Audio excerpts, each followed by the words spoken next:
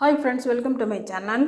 பாண்டியன் ஸ்டோர்ஸில் இன்றைய எபிசோடில் கோமதியும் பாண்டியனும் தங்களுக்கு நல்ல மருமகள்கள் கிடச்சிருக்காங்கன்னு சொல்லிட்டு ரொம்ப ஹாப்பியாக இருக்காங்க. இந்த டைமில் கதிர் ராஜிக்கிட்ட சொல்லிவிட்டு டிரைவிங் வேலைக்கு போகிறாரு.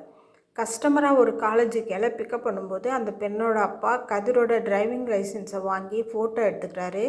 அடுத்து கார் நம்பரையும் ஒரு ஃபோட்டோ எடுத்துக்கிட்டு, தம்பி தப்பாக எடுத்துக்காதீங்க, என் பொண்ணை இது வரைக்கும் தனியாக அனுப்புனதே இல்லை, பத்திரமா கூட்டிகிட்டு போயிட்டு வாங்க அப்படின்னு சொல்கிறாரு.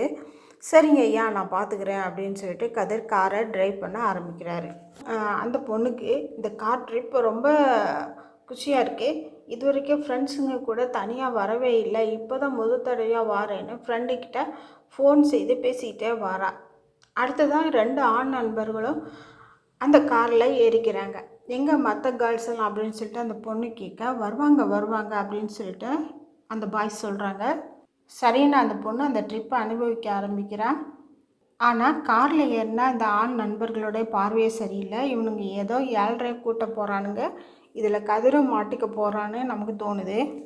அடுத்ததான் பாண்டியன் தன்னோட வீட்டில் உள்ள எல்லாரையும் கூப்பிட்டு தனக்கு தெரிந்த நண்பர் ஸ்கூல் வச்சுருக்கிறாரு, டீச்சர் வேலை இருக்கான், சரவணா மயிலை நீ அந்த வேலைக்கு கூட்டிகிட்டு போ அப்படின்னு சொல்லிட்டு சொல்கிறாரு. மயிலுக்கு தான் என்ன சொல்கிறதுனே தெரியல. பாவம் மயில், அவங்க அம்மா சொன்ன போயில மயில் அனிதனமும் மாட்டிக்கிட்டு அவஸ்தைப்படுறாங்க.